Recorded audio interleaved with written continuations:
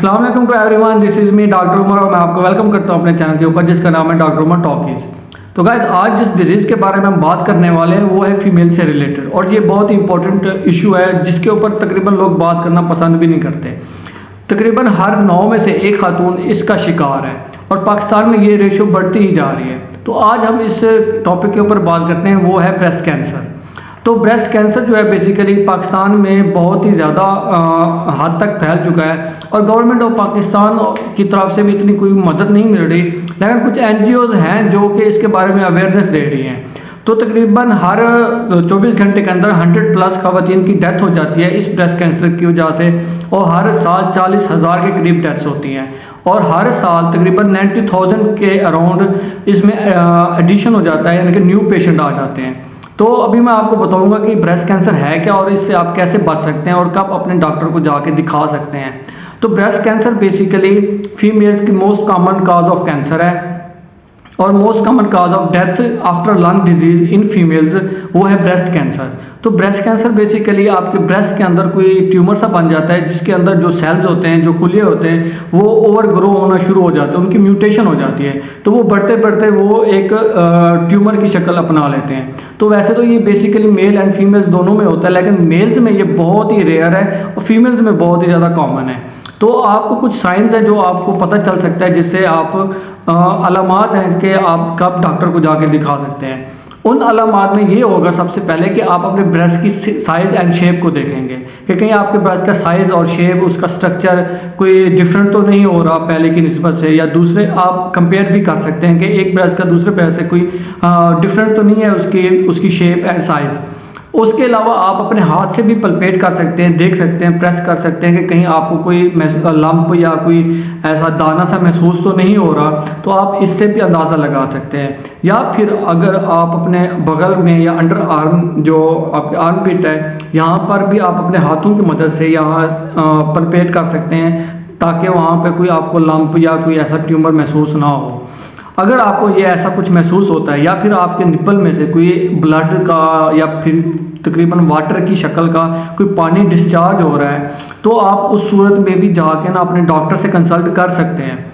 तो इसके बारे में बात करने में कोई शर्मिंदगी महसूस नहीं करनी चाहिए, बल्कि और ज़्यादा इसको बढ़ावा देना चाहिए। अपने घर वालों को बताना चाहिए, अपने हमसायों को बताना चाहिए कि ये एक ऐसी डिजीज़ है जो कि बढ़ती ही जा रही है और ये ख़तरनाक हद तक बढ़ चुकी है। उसके अलावा अगर हम बात करें तो ये कितनी टाइप्स की होती हैं, कितने किस्म की होती हैं, ये तकरीबन 5 to 6 टाइप्स होती हैं इसकी, लेकिन मैं आपको जो इम्पोर्टेंट टाइप्स है वो बताना चाहूँगा। तो उसमें जो सबसे इम्पोर्टेंट टाइप है वो है डक्टल कार्सिनोमा, जो कि 80% मोस्ट कॉमन है। डक्टल कार्सिनोमा ये वो डक्ट है जहाँ से आपके जो मिल्क है, जो आपका दूध है, वहाँ से निकलता है, जो रास्ता है दूध का, तो उस रास्ते पे अगर कोई चीज़ ट्यूमर बन जाता है तो उसको हम कहते हैं डक्टल कार्सिनोमा। उसके अलावा जो है लोब्यूलर कार्सिनोमा होता है, जो कि जहाँ पे आपके मिल्क की, आपके दूध की प्रोडक्शन होती है, जहाँ पे दूध बनता है, उसको कहते हैं लोब्यूलर कार्सिनोमा, और ये तकरीबन 10 to 15% होता है। उसके अलावा आता है कि इन्फ्लामेटरी में ये होता है, सबसे पहले आपको दाना बनेगा, फिर वहाँ पे स्वेलिंग होगी, फिर वहाँ पे रेडनेस होगी, लाल सा रंग हो जाएगा। आप खुद भी उसको महसूस कर सकते हैं और फील कर सकते हैं। जैसे ही आपको ये सब कुछ महसूस हो तो आप अपने डॉक्टर से कंसल्ट करें। ये जो है तकरीबन रेयर होता है, लेकिन बहुत ही ज़्यादा अग्रेसिव होता है, बहुत ही ज़्यादा ख़तरनाक होता है। उसके अलावा हम बात करते हैं कि इसकी काजेज़ क्या हैं। तो काजेज़ में जो आता है ना, वो सबसे पहले एज आता है। तो ये जो ब्रेस्ट कैंसर है वो तकरीबन 50 ईयर ऑफ एज या उसके बाद में, या पोस्ट मेनोपॉजल जो होती हैं फीमेल्स, उनमें मोस्ट कॉमन होता है। उसके अलावा जो अगर आपका लाइफस्टाइल जो है ना वो सही नहीं है, मतलब अगर आप स्मोकर हैं, अगर आप अल्कोहलिक हैं, तो उसकी वजह से हो सकता है, या फिर आप जो है ना रेडिएशन से एक्सपोज हो रहे हैं या किसी ऐसी जगह काम करते हैं जहाँ पे रेडिएशन बहुत ज़्यादा है, केमिकल्स का बहुत ज़्यादा इस्तेमाल किया जाता है, और अगर आप कभी प्रेग्नेंट नहीं हुई, और यानी कि नली प्रेटी कहते हैं इसको, कि आप कभी प्रेग्नेंट नहीं हो सकती, तो उनमें भी ये चांसेस होते हैं। या फिर वो फीमेल्स जो कि अर्ली एज में ही उनको पीरियड्स स्टार्ट हो जाते हैं, like less than 12 year of age से पीरियड्स स्टार्ट हो जाते हैं, उनमें भी ये प्रॉब्लम होती है। उसके अलावा जो मैं आपको बताऊंगा कि आप डायग्नोज आप इसको कैसे करा सकते हैं।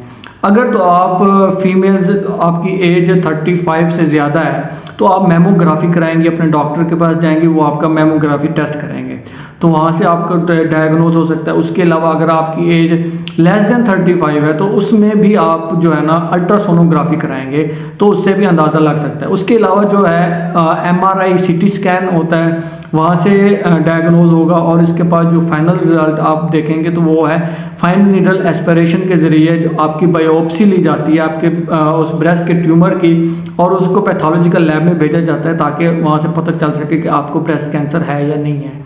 उसके अलावा जब हम बात करते हैं तो ट्रीटमेंट की, तो उसमें जो सबसे पहले आप ट्रीटमेंट है उसमें सर्जरी आ जाती है। सर्जरी में आप जो है उस सबसे पहले ये देखा जाएगा कि अगर ट्यूमर छोटा सा है तो उसको हम लंपेक्टमी करेंगे, मतलब कि वो जो एरिया है उसका हिस्सा जो जहाँ पे ट्यूमर मौजूद है उस ट्यूमर को जो हम रिमूव करते हैं तो उसको हम लंपेक्टमी कहते हैं और उसके साथ में जो और सेल्स होते हैं उसको भी निकाल देते हैं।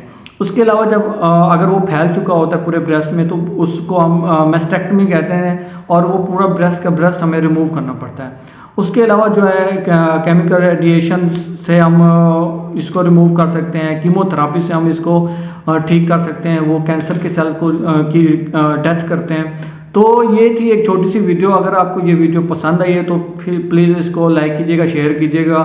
तो मिलते हैं हम अगले वीडियो में, तब तक के लिए अपना और अपने इस चैनल का ख्याल कीजिएगा। अल्लाह हाफिज़।